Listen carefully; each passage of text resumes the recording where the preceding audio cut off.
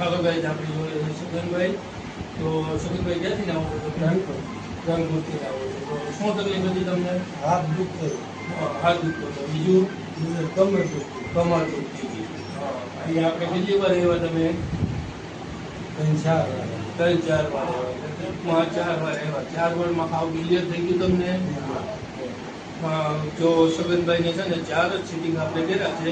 4 સિટિંગમાં એકદમ કમર અને હાથ એમને L5 L4 એમનો પ્રોબ્લેમ હતો અને ઓઝન શોલ્ડરનો પ્રોબ્લેમ હતો.